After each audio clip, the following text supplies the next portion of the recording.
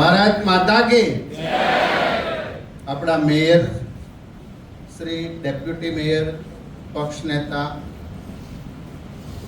અને દંડક શ્રી અહીંયા ઉપસ્થિત છે. આ મહાનગરપાલિકાની આખી ટીમ છે.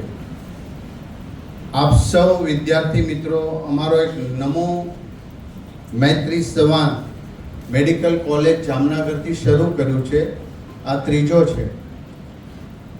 કેટલાય વિદ્યાર્થીઓ માટે અનેક પ્રશ્નો મનમાં હોય અને અમે તમારા જેવડા હતા ત્યારે એવું જ હતું. તો આ પ્રશ્ન ઘણીવાર નિરાશા, ઘણીવાર હતાશ થઈ જવું, અને જ્યારે હું જોઉં છું કે અમદાવાદમાં છેલ્લી દીકરીએ મેડિકલ કોલેજના એમને આત્મહત્યા કરી, ત્યારે પણ હું વિચારતો હતો રાત્રે કે મા બાપનું શું સ્થિતિ છે. તમે સમાજના લાડકા દીકરી દીકરાઓ છો. સમાજના એટલે દરેક સ્ટુડન્ટ એ અમારા માટે અમૂલ્ય છે. માટે ગીતાના કર્મયોગ પહેલા આપણે શીખવું પડશે. કર્મ કરે જા ફળની આશા નહીં રાખ.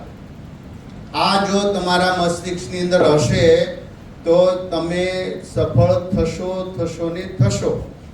મારો પોતાનો દાખલો આપું. હું જ્યારે 12th સાયન્સની એક્ઝામ આપ્યું મેં, અને ભણીને પોલિટિક્સમાં જવું હોય તો નક્કી જ હતું, સમાજ સેવામાં જવું એ નાનપણથી નક્કી જ હતું. પણ કંઈક સારી ડિગ્રી પ્રાપ્ત થાય, એન્જિનિયર કે મેડિકલ ક્ષેત્રમાં જઈ, ત્યારે તો નવ જ મેડિકલ કોલેજ હતી. આજે ગુજરાતમાં 42 મેડિકલ કોલેજ છે. તો અસફળ વિદ્યાર્થી 12th સાયન્સનો હું તમારી સામે ઊભો છું. પછી આપણે લાઈન ફેરવી નાખી, આર્ટ્સમાં જતા રહ્યા, વાંચીને પરીક્ષા આપી દઈ એટલે માસ્ટર થઈ ગયા. એક ત્યારે ભગવાનને આપણે પ્રાર્થના કરતા હોય કે તો ભગવાને જે કર્યું એ સારું કર્યું. ત્યારે મને દુઃખ થયું. મારા મિત્ર અહીંયા સુરતમાં ઘણા સારા ડૉક્ટર છે, અમદાવાદમાં છે, મેં ભણતા સાથે, હું નો બન્યો. ત્યારે મને જરાય એવું એક મહિનો લાગ્યો કે આપણે હવે શું કરીશું, પણ ટ્રેસ ના આપ્યો. મને એમ થયું ભગવાનનો કંઈક ઈરાદો હશે. જો ત્યારે મેં કંઈક ખૂબ તીવ્ર ઈચ્છાથી કંઈક અઘટિત પગલું મેં ભર્યું હોત તો આજે હું આરોગ્ય મંત્રી હોતે ના હોત. ત્યારે ભગવાને એવું કહ્યું કે તારે બહુ આગળ ભણીને કે ડૉક્ટર બનવાનું નથી, તારે ભવિષ્યમાં મંત્રી બનવાનું છે. માટે કદાચ આવું બનવું હોય. માટે કોઈ પણ ઘટના એ આપણા આજુબાજુના આવરણની છે. તમે સવારે ઉઠીને એક જ દ્રઢ વિશ્વાસ સાથે આજનો મારો દિવસ શ્રેષ્ઠ છે, બસ આટલું કરશો ને તો તમારું માઇન્ડ અને તમારા વિચારો એ દિશામાં કામ કરશે. આ સ્પિરિચ્યુઅલ સાયન્સ છે અને સાયકોલોજી પણ છે. સિગમન્ડ ફ્રોઈડના સિદ્ધાંતો છે કે તમે જે વિચારો એ બનો. તમે જે વિચારો એ બનશો. આપણે શું બનવું છે? એટલે ઘણીવાર સોશિયલ મીડિયામાં જોઈએ કે કોમેન્ટના નાની રીલ્સ આવે કે 80 વર્ષના દાદા હોય ને ઓલો છોકરો જાય, તમે મોટા થઈને શું બનશો? તો દાદા તો કે હવે હું મોટો થઈ ગયો છું, હવે મારે કંઈ કરવાનું જ નથી. તો મિત્રો, જેણે આ દિશામાં આ એજની અંદર માઇન્ડને કંટ્રોલ આપ્યું છે એ જગ જીતી ગયા છે. હું એવું નથી કહેતો કે તમે માસ્ટર ડિગ્રી કરીને સુપર સ્પેશિયાલિસ્ટ ડૉક્ટર બની ગયા અને મોટી હોસ્પિટલ થઈ ગઈ, એ સફળતા નથી. તમારામાં માનવીયતા અભિગમ કેટલો છે, તમે પારિવારિક લોકો સાથે કેટલું બિહેવિયર કરો છો, આ મોટી સફળતા છે. આજે મારે કહેવું છે કે ડૉક્ટર એન્જિનિયરિંગ કરવા માટે હજારો લોકો લાઈનમાં હોય, એમાં તમને સિલેક્ટ કર્યા છે. શું કામ?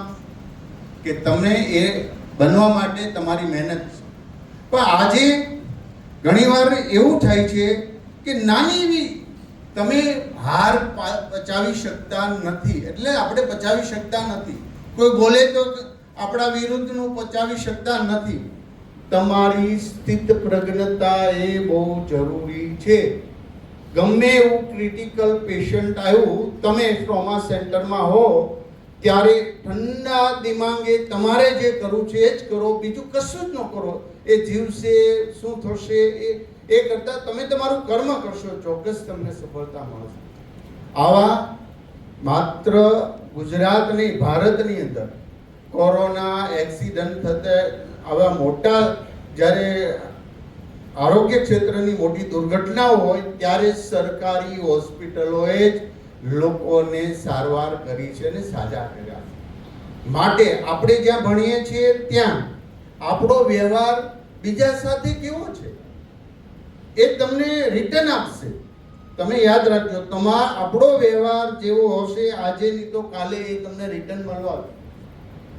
રોજે સ્થિત પ્રજ્ઞતા સાથે સવારમાં મારો આજનો દિવસ શ્રેષ્ઠ છે અને મમ્મી પપ્પાને હું થેન્ક યુ કરું છું. બસ તમે યાદ રાખજો, દુનિયાની અંદર ગમે એટલું થાય તો પણ ભગવાન પછી જો કોઈ બીજા ભગવાન હોય તો એ મમ્મી અને પપ્પા છે. એને સમય આપજો, ક્યારેક એમનું ફિલિંગ્સ જોજો. એ હું મળ્યો છું જે વિદ્યાર્થીઓ એ અહીંયા ન હોય ને અઘટિત પગલું ભર્યું હોય તેના મમ્મી પપ્પાની સ્થિતિ શું હોય. બસ આ મેં ગયા વખતે જામનગર મેડિકલ કોલેજના સ્ટુડન્ટ સાથે વાત કરી કે તમે જે ભણો છો, માનો કે એક પરીક્ષામાં તમે સફળ ન રહ્યા હોય તો બીજી વાર પરીક્ષા ન આવે. મને કે આવે ને તો પછી ભલીમણા બીજી વાર આપી દેવાય ને, એમાં આપણે ટેન્શન લેવાની શું વાત છે. તમને નાનો દાખલો આપું. રાજનીતિમાં આખા ભારતમાં રાજનીતિની અંદર કોઈ નેતા ચૂંટણી હારી ગયા હોય ને આત્મહત્યા કરી એવું સાંભળ્યું છે કે સાંભળ્યું? કોઈ દિવસ મારે કે હું જીત્યો જ છું, મને હરાવવામાં આવ્યો, બીજે દિવસે ભાષણો કરવા મળે. માટે આજે દ્રઢ સંકલ્પ કરવો છે કે મારો વ્યવહાર બીજા સાથે શ્રેષ્ઠ. મને સરસ મળ્યું છે, બહુ સારું છે. જે મળ્યું છે, જે એક એક ક્ષણ તમારા માટે પોઝિટિવ, તમે એને નેગેટિવ તરફ લઈ જાઓ છો. ઘણીવાર આપણે કેટલા, તમે જુઓ કે અમદાવાદની ખૂબ જ દુઃખદ ઘટના ઘટી હતી, પ્લેન ક્રેશ. અને એ જગ્યા પર મેં નક્કી કર્યું છે, તમે સાંભળ્યું પણ હશે, વિદ્યાર્થીઓને રહેવા માટે સુપર સ્પેશિયાલિસ્ટ જે ડૉક્ટરનો ભણશે એના માટે અદ્યતન હોસ્ટેલ બનાવવાનું અમે નક્કી કરી નાખ્યું છે. 500 કરોડના ખર્ચે અદ્યતન રેસિડેન્શિયલ ડૉક્ટર્સ અને સુપર સ્પેશિયાલિસ્ટને ત્યાં રહેવા માટેનું કરવામાં આવ્યું. પણ એ પ્લેનની અંદર એક દીકરી 20 મિનિટ 15 મિનિટ ટ્રાફિકમાં મોડી પહોંચી અને એન્ટ્રી બંધ થઈ ગઈ. પછી એને કીધું હવે તમે આ પ્લેનમાં તો નહીં જઈ શકો કારણ કે ક્લોઝ થઈ ગયું છે ને એના એવિએશનના રૂલ્સ પ્રમાણે તમને અંદર દાખલ ન. તે રડી, બધું જ કર્યું. પછી પાછી કારમાં બેસી, હજી એરપોર્ટથી દૂર જાય ત્યાં આ સમાચાર મળે છે. તો ત્યારે એને બહુ દુઃખ લાગ્યું હતું. પણ ભગવાન બધાને બચાવી જ લેવા જોઈએ, પણ એવી ઘટના, ઈશ્વરી ઘટના આવી ઘટવાની છે. પણ એક દીકરી માટે કેમ આવું થયું? તમે આવું મનમાં થાય ત્યારે એવું થાય જ કે ઈશ્વર જેવું કંઈક છે ને છે. ઘણીવાર આપણે થાકી જઈએ, આપણે એક દિવસ પૂરતા ડિપ્રેશનમાં આવી જઈએ, ચિંતામાં આવી જઈએ, શું થશે, આમ થશે. આપણથી કશું જ નથી થવાનું. પરિસ્થિતિને એના પ્રમાણે આપણે સ્વીકારી જ લેવી પડશે. આર્ટિફિશિયલ ઇન્ટેલિજન્સની અંદર આપણે બહુ આગળ વધી રહ્યા છીએ. લાગણી વિહોણા ન બનીએ, એ ચોક્કસ ધ્યાન રાખો કે એ જ્યારે આવું સંશોધનો સતત શરૂ હતા. 1025માં પહેલું આક્રમણ આપણા ભારત ઉપર સોમનાથ મંદિર પર થયું. મોહમ્મદ ગઝનવીએ એ મંદિર તોડીને લૂંટી ગયા. પછી આપણો આખી જ દેશની વ્યવસ્થા એ 1000 વર્ષ સુધી ગુલામીમાં રહી, યાની કે બીજાનું લઈને લાવવાનું. એમાં આપણા સંશોધનો બધાય મટી ગયા. કોઈ આયુર્વેદમાં એટલા સંશોધનો ન કર્યા. તો હવે એલોપેથી સાથે આયુર્વેદનું પણ એટલું જ મહત્વ છે જે આપણું આયુષ મંત્રાલય અત્યારે કરી છે. દુનિયાની અંદર બેસ્ટમાં બેસ્ટ મેડિકલ સેવા આપણી છે. આપણે જેની સાથે સંકળાયેલા છે એ કોલેજ આપણી શ્રેષ્ઠ છે. બસ આપણું શ્રેષ્ઠ હોવું જોઈએ. આપણે હોસ્પિટલ શ્રેષ્ઠ હોવી જોઈએ. આપણી સિવિલ હોસ્પિટલ્સ મેં બેસ્ટ છે. મનની અંદર તમે તમારા કોઈ ભાઈ બહેન કેનેડા કે અમેરિકા ભણતા એને પૂછજો કે એકવાર નાની એવી તકલીફ પડે એટલે એપોઇન્ટમેન્ટ કેટલા દિવસે મળે છે. તમે પૂછજો ખાલી. આ કાર્યક્રમ પૂરો થાય પછી એમાં MRI નું, અમારા એક સ્ટુડન્ટ્સ ત્યાં સરથાણા ભણતો હતો, એમને કમરનું બહુ MRI નું 1 મહિનાનું એમને વેઇટિંગ આવ્યું. 1 મહિનામાં તો કેટલો પ્રોબ્લેમ થાય કે ભાઈ અહીંયા આવીને સર્જરી કરીને પાછા કેનેડા જતા રહે. બ્લડ નીકળ્યું હોય, વાગ્યું હોય, તમારે હોસ્પિટલમાં ઇમરજન્સીમાં બેસવું પડે ને બેસવું પડે. એવી સુવિધા તો આપણી 108માં છે. પેશન્ટને એમને શરૂ એમ્બ્યુલન્સે કેટલી પ્રસૂતિ દર વર્ષે પ્રસૂતિ થઈ રહી છે, એટલા ટાંકા લઈ લે છે અને એનું બ્લડ બંધ કરી દે છે. આ બેસ્ટમાં બેસ્ટ સુવિધા આપણી છે. માત્ર માઇક્રો પ્લાનિંગ કરવાથી રાજ્યની ને ગવર્મેન્ટની સુવિધાઓ બેસ્ટ થશે. આયુષ્માન ભારત કાર્ડથી લઈને બધું જ આપણે એમને આપીએ છીએ ત્યારે એ જવાબદારી આપણામાં આવશે. કારણ કે સામેના વાળાને શરીર વિજ્ઞાનનું શરીર જ્ઞાન નથી, એટલે હું એને અજ્ઞાની નથી કહેતો, પણ એ તમારી ભાષામાં એ અજ્ઞાની હોય ને એ પેશન્ટ લેવા એને ઉતાવળ હોય કે ભાઈ જલ્દી સારું કરી દે, બ્લડ નીકળે, તમારે રોજ આવવું. આ કમ્યુનિકેશન ગેપથી ઝઘડાઓ થાય. હમણાં રાજકોટ વડોદરાના અંદર બનેલી ઘટના ડોક્ટર્સ ઉપર મારામારી કરી હતી. આ વિષય મેં ખૂબ ગંભીરતાથી લીધો. અમારા એક પણ ડોક્ટરને કોઈ પણ પ્રકારનું એમને પ્રોબ્લેમ ન થાય એની મેં ચિંતા કરી છે. એની મીટિંગ કરીને સિક્યુરિટી દરેક ક્ષેત્રે મેં વધારી છે. કદાચ એ પરિપત્ર અહીંયા આવ્યો હશે તો તમે તમારી સેફટી પણ એ અમારી જવાબદારીમાં.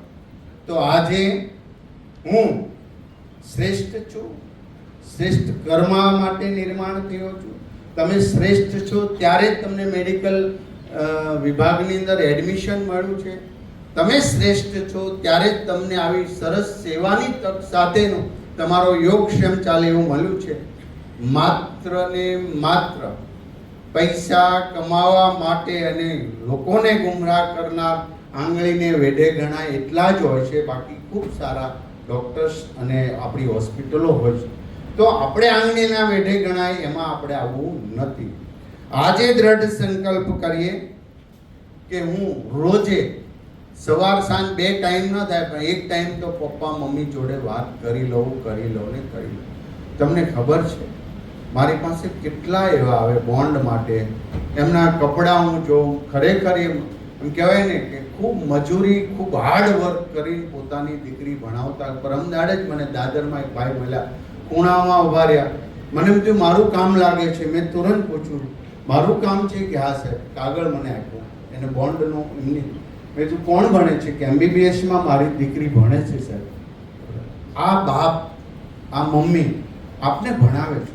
તો આજથી ક્યારે ગમે એવું આભ ફાટી જાય તો હિંમત નહીં હારતા. આ દિવસ યાદ કરજો. મેં જે કહ્યું છે કે એક દિવસ ઈ બોલી ગયો તો બોલી ગયો. તમે તમારા કામની અંદર વ્યસ્ત રહો. ક્યારેય તમે વિચલિત ન થાઓ.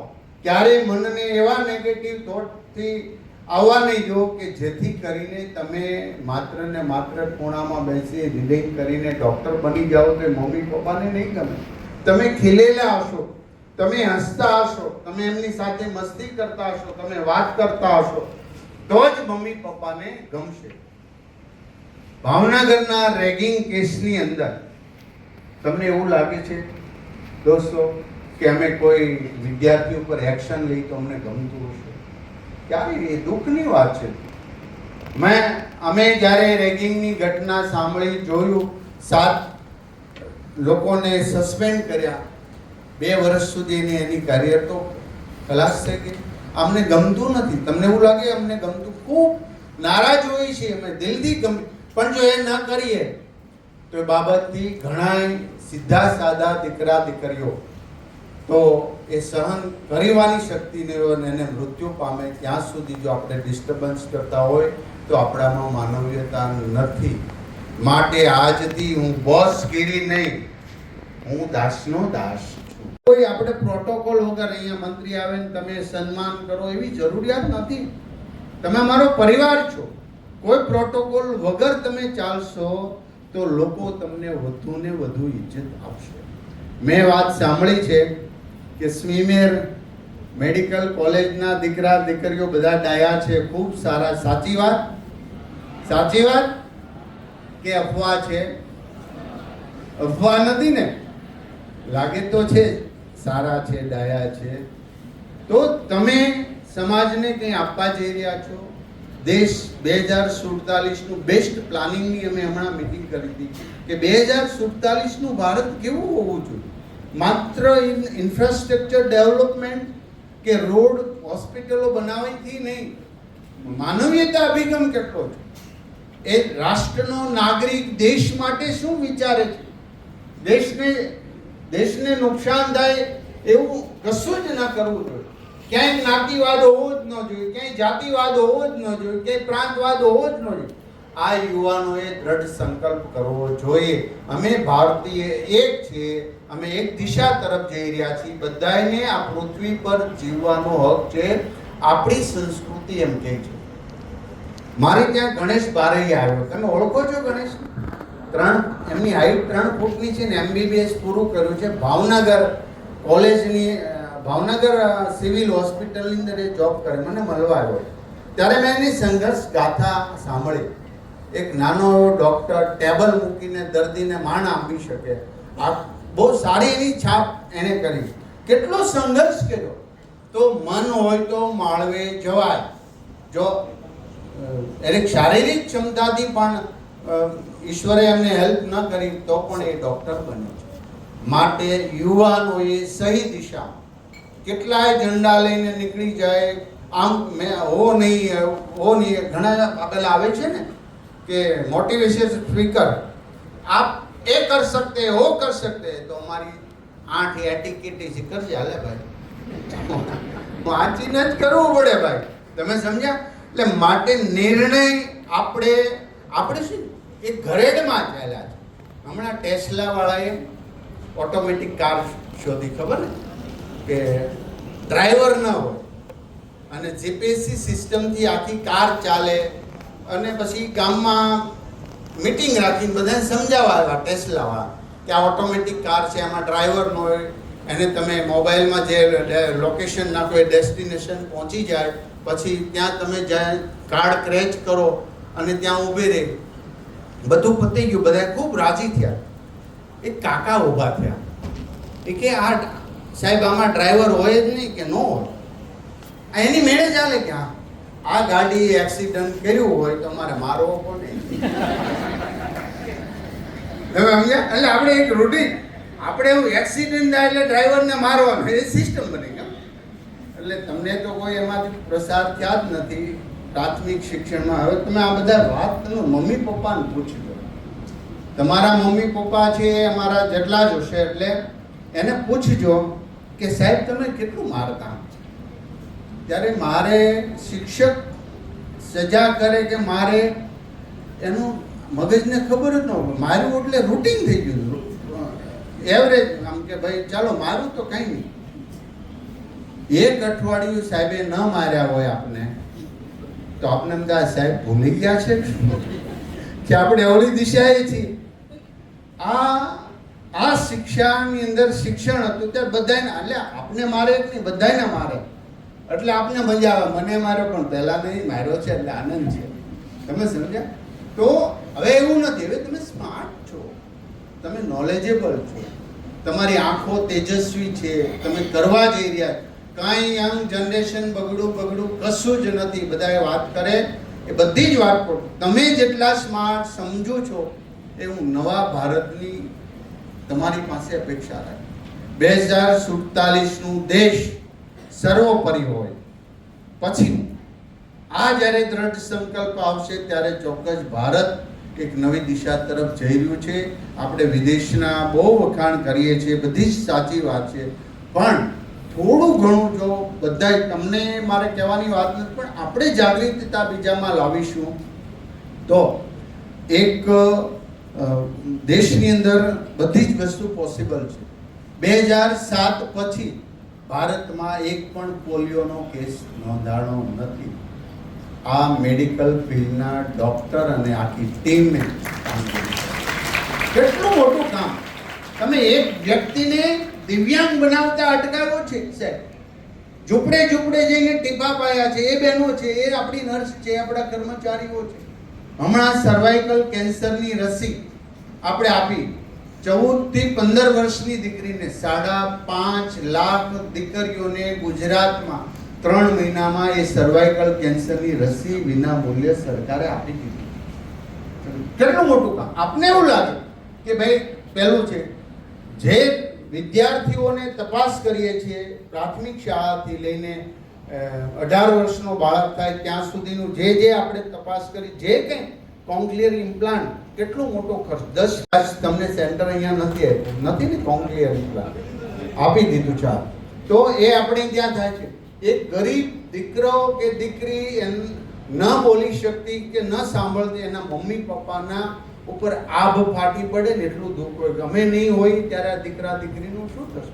એ દીકરી કે દીકરો બોલતો થાય, કેટલું મોટું સરકારનું કામ. 250 કરોડ રૂપિયા ગુજરાતના આવા તમામ દીકરા દીકરીઓને કોન્ક્લિયર ઇમ્પ્લાન્ટ કરીને અમે સક્સેસ રીતે એના ઓપરેશન કર્યા છે ને એ શ્રેય તમને બધા ડોક્ટર મિત્રોને જાય છે.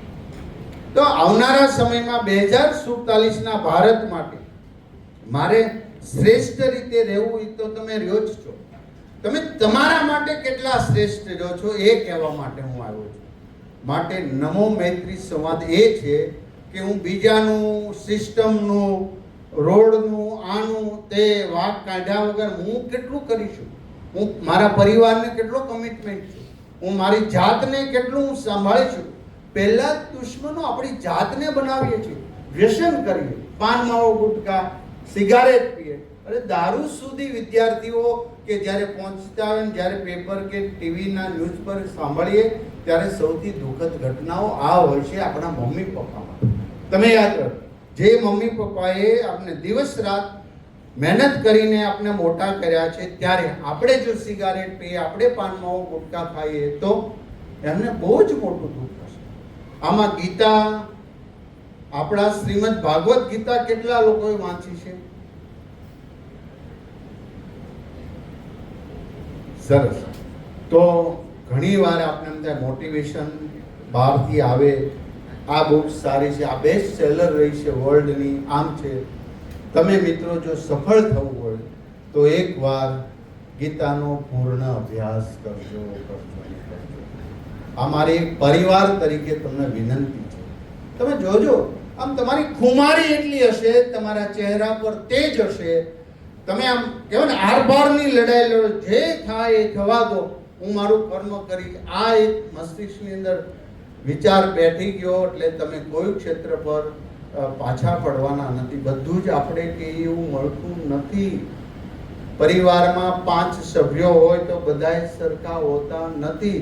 આપણે એ જે પ્રેમ હોય એ પ્રેમિંગની અંદર ફિટ થવાનું છે. એ ગીતા કહે છે.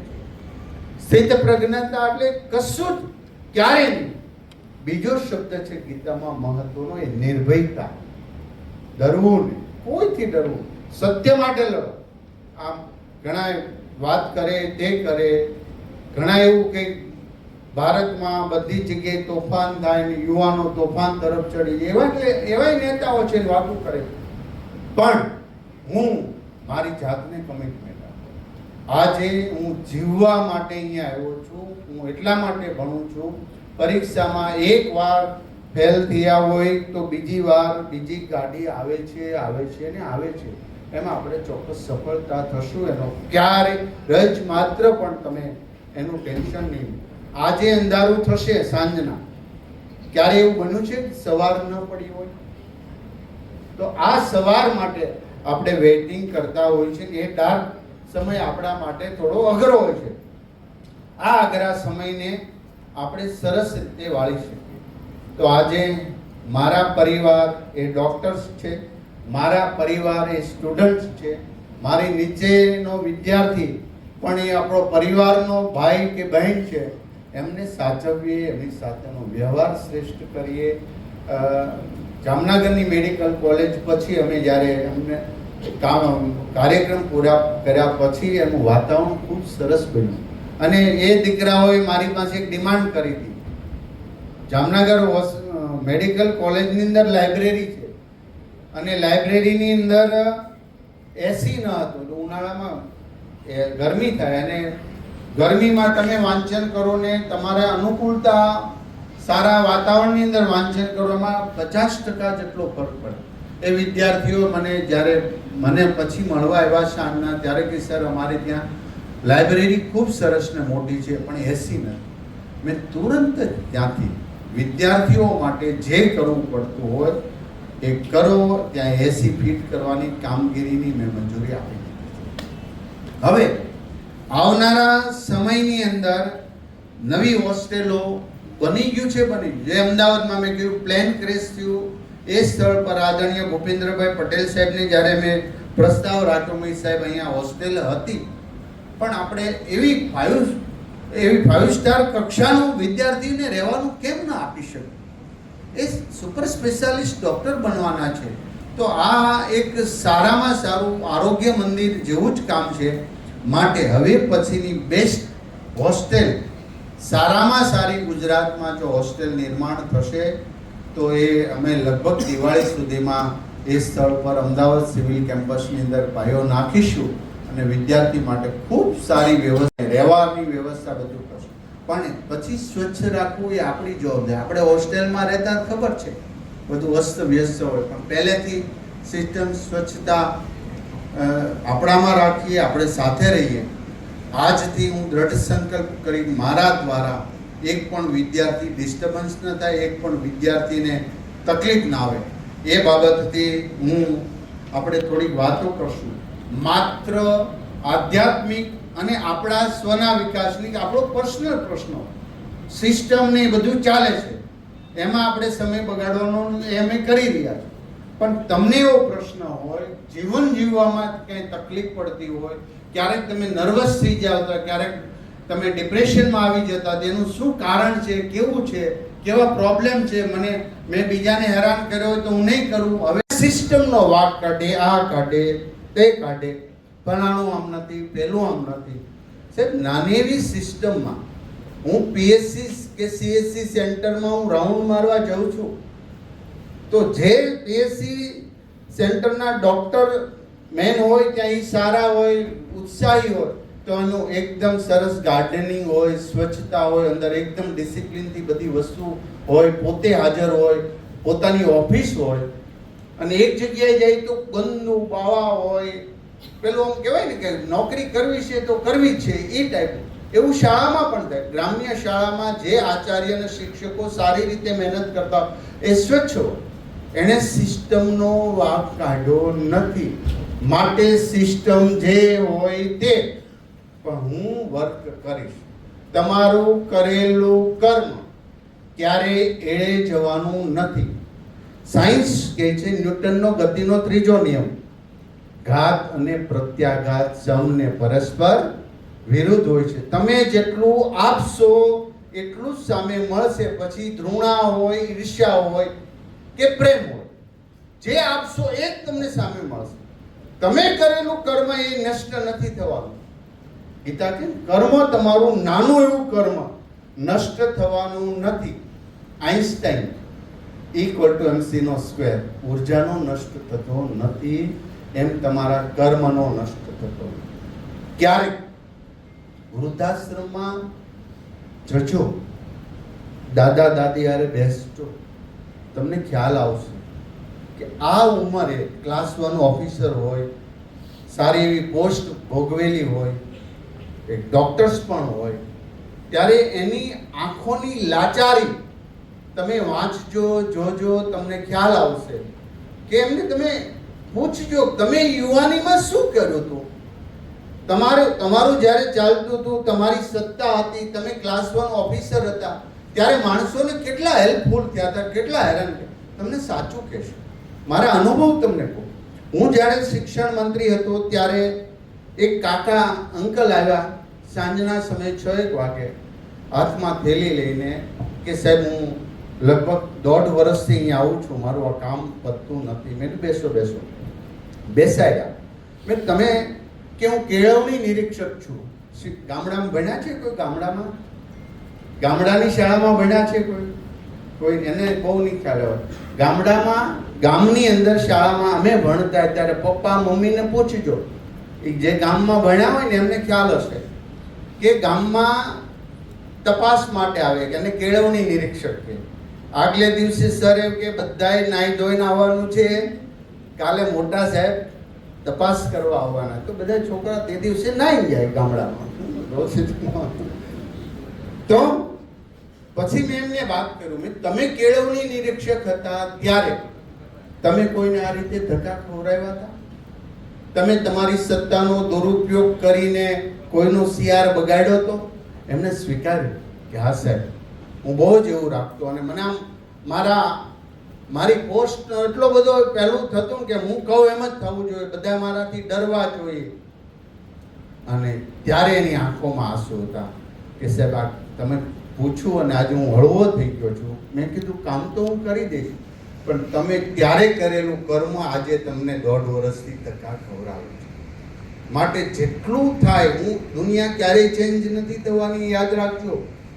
તમારો બાજુવાળો, તમારી સાથે રહેવાવાળા બધા જ તમારા વિચારોથી ચાલવાના નથી. આ દુનિયા એની મેતે ચાલે છે, પ્રકૃતિ એની મેતે ચાલે છે. સૂર્ય, ચંદ્ર અને પૃથ્વીનું જે આખું બ્રહ્માંડનું ગતિ છે એ ફિક્સ છે, એમાં આપણે કશું જ નથી કરવાનું. આપણે કેટલા હેપી રહી શકીએ છીએ. આખો દિવસ તંતુડ તમે વાંચન કરો છો. અમારા ઓલા છોલા છાપ ડોક્ટરો હોય ને, ડિગ્રી વગરના ડોક્ટર બની જાય. ખબર ત્યારે મેં ઇન્ટરવ્યુમાં કહ્યું હતું, એક ડોક્ટર 7 વર્ષ 8 વર્ષ પોતાની યુવાનીના મહત્વના દિવસો એ ક્યારેય નવરાત્રિમાં જતા નથી, એ ક્યારેય ફરવા નથી જતા, અને 12-15 કલાક રીડિંગ કરીને એ ડોક્ટર બને. તમે એની પાસે દવા લેવાનો જાઓ, હવે છોલા સાહેબ પાસે દવા લેવા જાઓ. આ તમારા તપની વેલ્યુએશન છે.